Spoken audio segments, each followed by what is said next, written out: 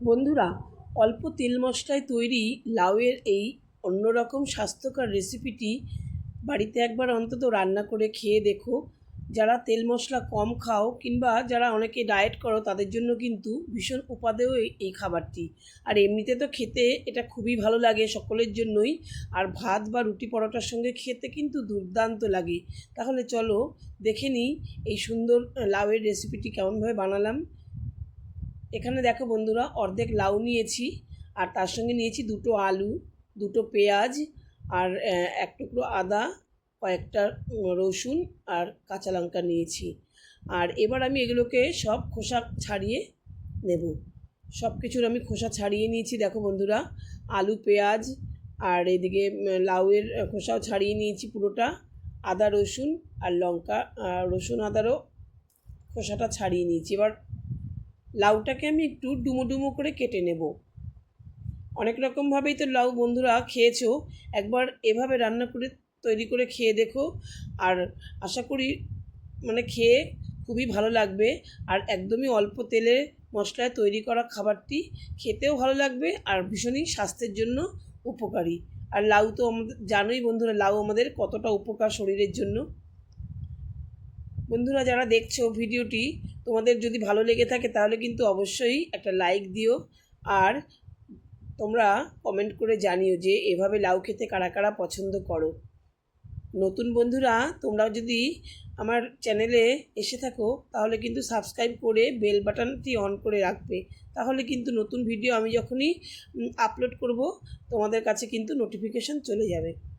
দেখো বন্ধুরা, আমি লাউটাকে ডুমো ডুমো করে কেটে পেঁয়াজটাকেও কিন্তু একটা পেঁয়াজকে 4 ফালি করে কেটে নিয়েছি। এবার রসুনগুলোকেও আমি একটুখানি রসুনের গন্ধটা বেরোবার জন্য একটুখানি স্লাইস করে কেটে নিচ্ছি।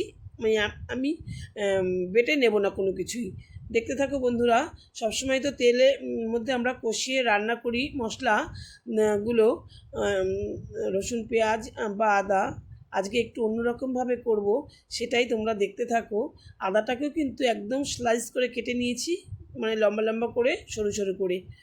এভাবে একবার করে খেয়ে দেখো বন্ধুরা, আশা করছি ভীষণই ভালো লাগবে রেসিপিটি। সব কিছু আমার কাটা হয়ে গেছে বন্ধুরা।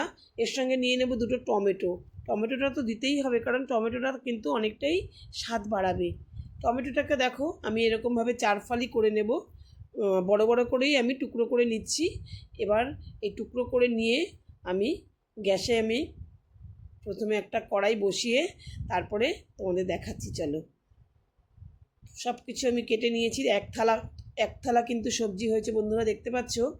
এবার গ্যাসে আমি মাত্র 1 টেবিল চামচ তেলে আমি রান্নাটা করব। এতটা সবজি 1 টেবিল চামচ তেলের মধ্যেই কিন্তু আমি পুরো রান্নাটা করে ফেলবো। দেখো 1 টেবিল চামচ তেল আমি দিয়ে দিলাম এর মধ্যে কিন্তু আমি প্রথমে একটা শুকনো লঙ্কা ফোড়ন দিয়ে দেব।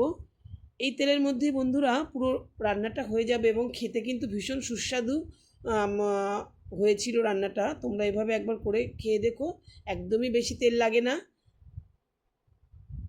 শুকনো লঙ্কাটা একটু নাড়াচাড়া করে নিয়ে আমি 1/2 চামচ সাদা জিরে দিয়ে দেবো, গোটা জিরে। আর দেবো একটা তেজপাতা। ফোড়নে এটুকুই আমি দেব, আর কিছু দেওয়ার প্রয়োজন নেই। এবার আমি 1 থালা সবজি সমস্তটাই আমি এই মশলার এই তেলের মধ্যে ঢেলে দেবো। এগুলো কিন্তু কোনো কিছুই আলাদা করে আমি সাঁতলে নেব না। সমস্ত সবজিটাই একসঙ্গে কড়াইয়ের মধ্যে দিয়ে দিলাম। দিয়ে এবার খুব ভালো করে কিন্তু নেড়েচেড়ে মিশিয়ে নেব। আর খুব অল্প মশলা আমি ব্যবহার করেছি বন্ধুরা। তোমরা দেখো, আমি খুব ভালো করে নেড়ে একটু মিশিয়ে নিলাম। 2 মিনিট একটু নাড়াচাড়া করে নিলাম। ঢেকে রাখার এখন কোনো দরকার নেই। আমি তারপরে এখানে একটু মিশিয়ে নেওয়ার পরে একটু নাড়াচাড়া করে দেখো 1/2 চামচ জিরে, 1/2 চামচ ধনে আমি দিয়ে দিলাম। এতটা সবজির মধ্যে আমি 1/2 চামচ করেই মশলাটা দিয়েছি। আর পরিমাণ মতন হলুদ দিলাম, দিয়ে দেবো পরিমাণ মতন নুন। আর একটু কালারের জন্য আমি একটুখানি দেবো কাশ্মীরি লঙ্কার গুঁড়ো। এটা তোমরা দিতেও পারো, নাও দিতে পারো। আমি একটু কালারটা ভালো হওয়ার জন্য কাশ্মীরি লঙ্কার গুঁড়োটা দিলাম। আর দেবো একটু গরম মশলার গুঁড়ো। এইটুকুই দিলাম বন্ধুরা। এতটা সবজির মধ্যে এইটুকু মশলা আমি দিলাম, শুকনো মশলা। এটা কিন্তু আমি আর জল দেবো না মশলার সঙ্গে, কারণ কি এই লাউ বা টমেটো, পেঁয়াজ এগুলো থেকে কিন্তু একটু জল জলে ভাব বেরোবে। সেইভাবেই ভাপেই কিন্তু এই মশলাটাও কিন্তু ভাজা ভাজা হয়ে যাবে। আলাদা করে আর জল দিয়ে মশলা ভাজবার জন্য দরকার হবে না। কিছুক্ষণ ভালো করে দেখো কষিয়ে নিয়েছি।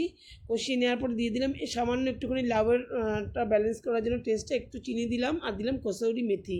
এটা কিন্তু দিলে পরে খুব সুন্দর একটা ফ্লেভার আসবে। এবার খুব ভালো করে নেড়েচেড়ে আমি এখানে জল দিয়ে দেব। আমি দেখো টমেটোর খোসাগুলো বেরিয়ে আসছে, এই খোসাগুলো আমি তুলে কিন্তু ফেলে দেবো বন্ধুরা। টমেটোর খোসাগুলো নরম হয়ে গেছে, খোসাগুলো ফেলে দিয়ে আমি এখানে মোটামুটি কিছুটা জল দিয়ে দেবো, খুব বেশি নয়, কিছুটা জল দিয়ে দেবো। তারপরে দেখো আমি এটা প্রেশার কুকারে দিয়ে দেবো। পুরো সবজিটাকে আমি প্রেশার কুকারে ঢেলে দিচ্ছি। প্রেশার কুকারে ঢেলে দিয়ে আমি সবজিটাকে রান্না করব। দেখো একদম প্রেশার কুকারে দিয়ে তোমরা চাইলে জল আর একটু কমও দিতে পারো। আমি জলটা আমার একটু বেশি পড়ে গেছে, তো আমি প্রেশার কুকারে 2টো সিটি দিয়ে নেব, তাহলেই কিন্তু হয়ে যাবে। লাউ বা আলু এগুলো তো নরম আর কিছুটা তো সাঁতলানো হয়েছে, খুব বেশি সময় সাঁতলাইনি, কষাইনি, তবুও এগুলো কিন্তু নরম হয়ে যাবে। 2টো সিটি দিলেই হয়ে যাবে। তারপরে আমি ঠান্ডা করে নিয়েছি, নিয়ে তারপরে দেখো প্রেশার কুকারটা আবার বসিয়ে দিয়েছি। ঝোলটা আমি আরেকটু শুকিয়ে নেব আর দিয়ে দিলাম এখানে কুচনো ধনেপাতা। ধনেপাতাটাও কিন্তু দিলে পরে খুব সুন্দর, লাউয়ের সঙ্গে ধনেপাতাটা ভীষণই ভালো লাগে। আর দেখো এবার সবজিটাকে আমি আরেকটুখানি কষিয়ে একটু নরম করে নিচ্ছি আর ঝোলটাও একটুখানি টানিয়ে নিচ্ছি। এটা কিন্তু ভাত বা রুটির সঙ্গে, রুটি বা পরোটা সব কিছুর সঙ্গে কিন্তু খেতে ভীষণই ভালো লাগবে। আশা করি তোমাদের রেসিপিটি ভালো লেগেছে। ধন্যবাদ।